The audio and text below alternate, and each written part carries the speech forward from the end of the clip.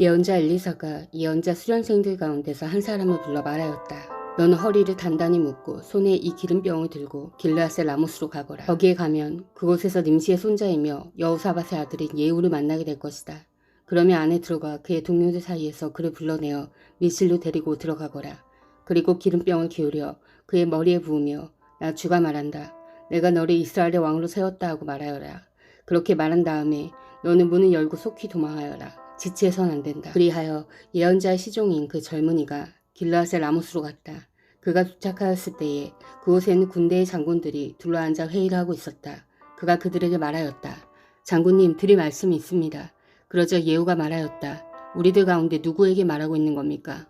그 시종이 말하였다. 바로 장군님께 말씀을 드리고 있습니다. 예후가 일어나서 집 안으로 들어가자 예언자의 시종인 그 젊은이는 그의 머리에 기름을 부으며 말하였다. 나 주 이스라엘의 하나님이 말한다. 내가 너에게 기름을 부어 주님의 백성 이스라엘을 왕으로 세웠다. 너는 내가 섬기는 상전 아합의 가문을 쳐라. 나는 내 종들인 예언자들의 피와 또 주님의 다른 종들의 모든 피를 이세벨에게 갚으려고 한다. 나는 아합의 가문을 모두 다 멸망시킬 것이다. 그렇다. 아합에게 속한 사람은 메인 사람이건 노인 사람이건 가릴 것 없이 남자는 누구나 이스라엘 안에서 끊어버릴 것이다. 나는 아합의 가문을 느밧의 아들 여로보암의 가문과 같이 만들고 아이야의 아들 바하사의 가문과 같이 만들 것이다. 그리고 걔들이 이스라엘 땅 안에서 이세벨을 뜯어먹을 것이다. 그를 매장할 사람조차 없을 것이다. 그리고 난 뒤에 예언자의 시종인 그 젊은이는 문을 열고 도망하였다. 예후가 왕의 신하들이 있는 데로 나오자 한 사람이 그에게 물었다. 좋은 소식이었소? 그 미친 녀석이 장군께는 무슨 일로 왔었소? 예후가 그들에게 말하였다. 장군님들께서도 그 사람이 누구고 그가 쓸데없이 떠들고 간 말이 무엇인지 짐작하고 있을 것이라 믿소. 그러나 그들이 말하였다. 슬쩍 넘어가지 마시오. 우리에게 사실을 말해주시오.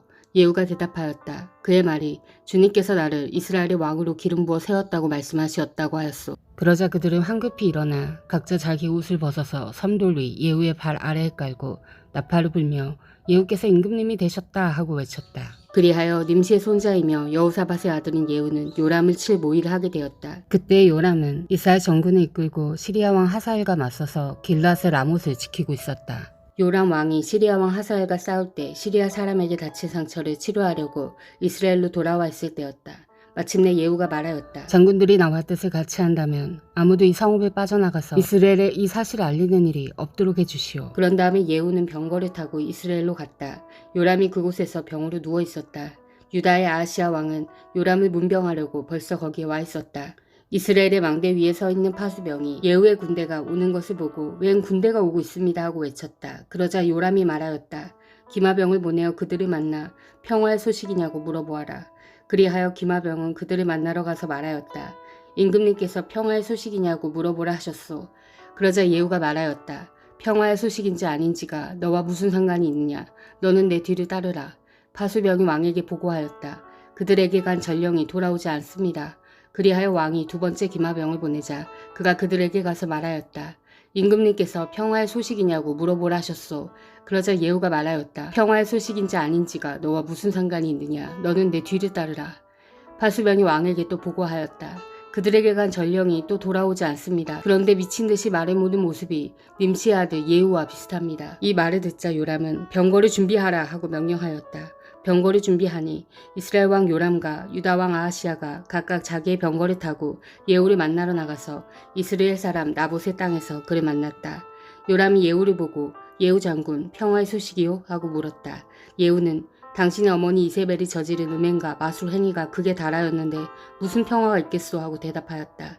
요람이 그의 손에 쥔 말굽비를 급히 돌려 도망하면서 아하시아에게 소리쳤다. 아하시아 임금님 반역이오. 예후가 힘껏 활을 당겨 요람의 등을 겨누어 쏘자 화살이 그의 가슴을 꿰뚫고 나갔다. 그는 병거 바닥에 엎드려졌다. 예후가 요람의 빛깔 시종부관에게 말하였다. 그 주검을 들고 가서 이스라엘 사람 나봇의 밭에 던지시오. 당신은 나와 당신이 그의 아버지 아합의 뒤에서 나란히 병거를 타고 다닐 때에 주님께서 그를 두고 선포하신 말씀을 그대로 기억할 것이오. 주님께서 아합에게 내가 어제 나봇과 그의 아들들이 함께 흘린 피를 분명히 보았다. 바로 이 밭에서 내가 너에게 그대로 갚겠다. 이것은 나 주의 말이다 하고 말씀하셨소. 이제 당신은 그 주검을 들고 가서 주님의 말씀대로 그 밭에 던지시오. 유다의 아하시아 왕은 이것을 보고 베타간으로 가는 길로 도망하였으나 예후가 그 뒤를 추적하며 저자도 죽여라 하고 외치니 이블르한 묵은 구루 오르막길에서 예후의 부하들이 병거에 타고 있는 아하시아를 찔러 상처를 입혔다. 그는 무기토까지 도망하여 그곳에서 죽었다. 그의 부하들이 그를 병거에 실어 예루살렘으로 운반하고 그를 다윗성에 있는 그의 조상들의 묘지에 함께 장사 지냈다. 아합의 아들 요람 왕 제11년에 아하시아가 유다를 다스리는 왕이 되었다. 예후가 이스라엘에 있을 때에 이세벨이 이 소식을 듣고 눈화장을 하고 머리를 아름답게 꾸미고는 창문으로 내려다보았다. 예후가 문 안으로 들어오자 이세벨이 소리쳤다. 제 주인을 살해한 시므리 같은 자야. 그게 평화냐? 예후가 얼굴을 들어 창문을 쳐다보며 소리쳤다. 내 편이 될 사람이 누구냐? 누가 내 편이냐? 그러자 두세 명의 내관이 그를 내려다보았다. 예후가 그들에게 명령하였다. 그 여자를 아래로 내던져라. 그들이 그 여자를 아래로 내던지니 피가 벽과 마르기까지 튀었다. 예후가 탄 말이 그 여자의 주검을 밟고 지나갔다. 예후가 궁으로 들어가서 먹고 마시다가 말하였다. 이제 저 저주받은 여자를 찾아다가 장사를 지내주어라. 그래도 그 여자는 왕의 딸이었다. 그들이 그 여자를 장사 지내주려고 찾아 나섰으나 그 여자 해골과 손발밖에는 아무것도 발견할 수가 없었다. 그들이 돌아와서 그에게 그렇게 보고하니 그가 말하였다. 주님께서 주님의 종 디셉 사람 엘리야를 시켜서 말씀하신 대로 이루어졌다. 주님께서 말씀하시기를 이스라엘의 밭에서 개들이 이세벨의 주검을 뜯어먹을 것이며 이세벨의 주검은 이스라엘에 있는 밭의 거름처럼 될 것이므로 이것을 보고 이세벨이라고 부르는 사람은 아무도 없을 것이다 하셨는데 그대로 되었다. 아합의 아들 이름명이 사마리아에 살고 있었다. 예후가 편지를 써서 사본을 만들어 사마리아에 있는 이스라엘의 관리들과 원로들과 아합의 아들들을 보호하고 있는 사람들에게 보냈다. 너희는 너희가 섬기는 상전의 아들들을 데리고 있다. 병거와 말과 요새화된 성급과 무기도 가지고 있다. 이제 이 편지가 너희에게 가거든. 너희는 너희 상전의 아들들 가운데서 가장 훌륭하고 적합한 인물을 찾아서 그의 아버지의 왕자에 앉히고 너희는 너희가 섬기는 상전의 가문을 편들어서 싸우도록 하여라. 이에 사마리아의 지도급 인사들은 두려워하며 말하였다. 저 두 왕도 그를 당하지 못하였는데 우리가 무슨 수를 구하 맞설 수 있겠소. 그리하여 왕가를 지키는 사람들과 성읍을 다스리는 사람들과 장로들과 왕자들을 보호하는 사람들이 예후에게 다음과 같은 전가를 보냈다. 우리는 장군의 신하입니다. 장군께서 우리에게 말하는 것은 무엇이든지 모두 그대로 하겠습니다. 우리는 어떠한 왕도 세우지 않겠습니다. 장군께서 보시기에 좋은 대로 하십시오. 예후가 그들에게 다음과 같은 두 번째 편지를 써서 보냈다. 너희가 내 편이 되어 내 명령을 따르겠다면 너희 군주의 아들들의 목을 베어서 내일 이맘때까지 이스라엘에 있는 나에게로 가져오너라. 그때 왕자들 70명은 그들을 키워준 그 성읍의 지도자들과 함께 있었다. 편지가 성읍의 지도자들에게 전달되자 그들은 그 왕자들을 잡아서 70명을 모두 죽인 다음에 그들의 머리를 광주리에 담아서 이스라엘에 있는 예후에게 보냈다. 전령이 와서 예후에게 그들이 왕자들의 머리를 가져왔다고 알리니 예후가 말하였다. 그 머리들을 두 무더기로 나누어 아침까지 성읍 어귀에 두어라. 아침이 되었을 때에 예후는 나가서 모든 백성에게 말하였다. 나는 내 옛 주인에게 영모를 꾀하여 그를 죽였습니다. 백성에게는 아무 잘못이 없습니다. 그러나 여기에 있는 이 모든 사람은 누가 죽였습니까? 백성 여러분은 아합의 가문을 두고 말씀하신 주님의 말씀이 그 어느 것 하나도 땅에 떨어지지 않았다는 사실만은 알아야 합니다. 주님께서는 그의 종 엘리야를 시켜 하신 말씀을 모두 이루셨습니다. 그런 다음에 예후는 이스라엘에 남아있는 아합 가문에 속한 사람을 모두 쳐 죽였다. 또 아합 가문의 관리들과 친지들과 제사장들을 하나도 남기지 않고 모두 죽였다. 그 다음에 예후가 이스라엘을 떠나 사마리아로 가는 길에 베데켓 하로임에 이르렀다. 예후는 거기에서 이미 살해된 유다의 아하시아 왕의 친족들을 만나 그들이 누구인지를 물었다. 그들이 대답하였다. 우리는 아하시아 형제들로서 이세벨 왕후와 왕자들과 왕의 친족들에게 문안을 드리러 내려왔습니다. 그러자 예후는 그들을 생포하라고 명령하였다. 부하들은 그들을 생포하여 베데켓의 한 구덩이에 넣어 죽였는데 무려 42명이나 되는 사람을 한 사람도 살려두지 않았다. 예후가 그곳을 떠나서 가다가 그를 만나러 오는 레갑의 아들 여호나답을 만났다. 예후가 그에게 안부를 물으며 말하였다. 내가 그대를 진심으로 믿듯이 그대도 그러하오. 그러자 여호나답이 그렇다고 대답하였다. 예후는 그렇다면 손을 내밀라고 하였다. 그가 손을 내미니 그를 수레에 올라오게 하였다. 그런 다음에 예후가 말하였다. 나와 함께 가서 주님을 향한 나의 열심이 어느 정도인지를 보도록 하시오. 예후는 여호나답을 자기의 병거에 태워 나란히 앉았다. 그리고 그는 사마리아에 이르러서 거기에 남아있는 아합의 지지자들을 모두 죽였다. 이 모든 것은 주님께서 엘리야에게 말씀하신 대로 이루어진 것이다. 예후는 백성을 다 모아놓고 말하였다. 아합은 바알을 조금밖에 섬기지 않았지만 이 예후는 그보다 더 열심으로 섬기겠습니다. 그러니 이제 바알의 예언자들과 종들과 제사장들을 모두 나에게 불러다 주십시오. 바알에게 성대하게 제사를 드리려고 합니다. 그러므로 한 사람도 빠져서 안 됩니다. 빠지는 사람은 어느 누구든지 살아남지 못할 것입니다. 예후는 바알의 종들을 진멸하려고 이러한 계책을 꾸민 것이다. 예후가 계속하여 말하였다. 바알을 섬길 거룩한 집회를 열도록 하시오. 그러자 집회가 공포되었다. 예후가 이스라엘 모든 곳에 사람을 보냈으므로 바알의 종들이 하나도 빠지지 않고 모두 왔다. 그들이 바알의 신전으로 들어가자 바알의 신전은 이 끝에서부터 저 끝까지 가득 찼다. 예후가 예복을 관리하는 사람에게 거기에 모인 바알의 종들이 입을 예복을 모두 가져오라고 명령하였다. 그들에게 입힐 예복을 가져오니 예후와 레갑의 아들 여호나답은 바알의 신전으로 들어가서 바알의 종들에게 말하였다. 여기 여러분 가운데 주 하나님을 섬기는 종들이 있지는 않은지 살펴보십시오.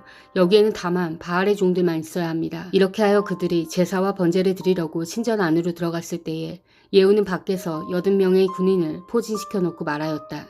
내가 너희 손에 넘겨준 사람을 하나라도 놓치는 사람은 그가 대신 목숨을 잃을 것이다. 번제를 드리는 일이 끝나자 예후는 호위병들과 시종 무관들에게 말하였다. 들어가서 그들을 쳐라. 하나도 살아나가지 못하게 하여라.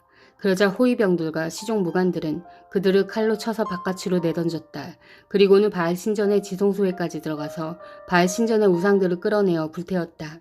바알의 우상들을 꿰뜨렸을 뿐만 아니라 바알의 신전을 헐어서 변소로 만들기까지 하였는데 이것이 오늘까지도 그대로 있다. 이렇게 하여 예후는 바알 종교를 이스라엘로부터 쓸어내었다. 그러나 예후는 베델과 단에 세운 금송아지를 섬겨 이스라엘로 하여금 죄를 짓게 한 느밧의 아들 여로보암의 죄로부터 완전히 돌아서지는 못하였다. 주님께서 예후에게 말씀하셨다. 너는 내가 보기에 일을 바르게 잘하여 내 마음에 들도록 아합의 가문을 잘 처리하였으니 내 4대 자손까지는 이스라엘의 왕위를 지키게 될 것이다. 그러나 예후는 주 이스라엘의 하나님의 율법을 지키는 일에 마음을 다 기울이지는 못하였고 이스라엘로 죄를 짓게 한 여로보암의 죄로부터 돌아서지는 못하였다.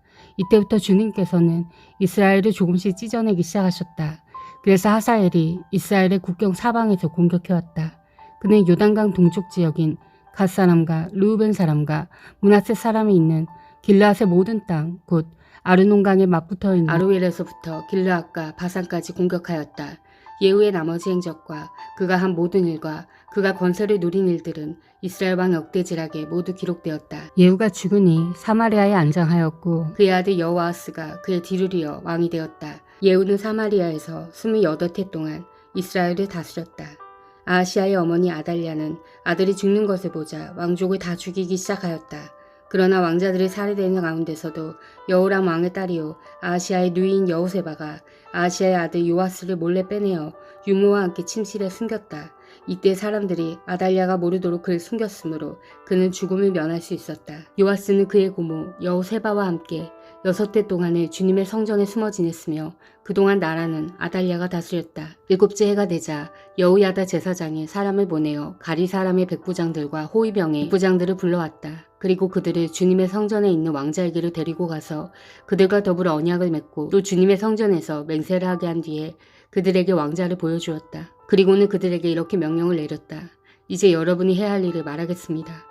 여러분 가운데서 안식일 당번을 3반으로 나누어 3분의 1은 왕궁을 지키고 다른 3분의 1은 수루 성문을 지키고 나머지 3분의 1은 호위병들의 뒤에 있는 문을 지키십시오.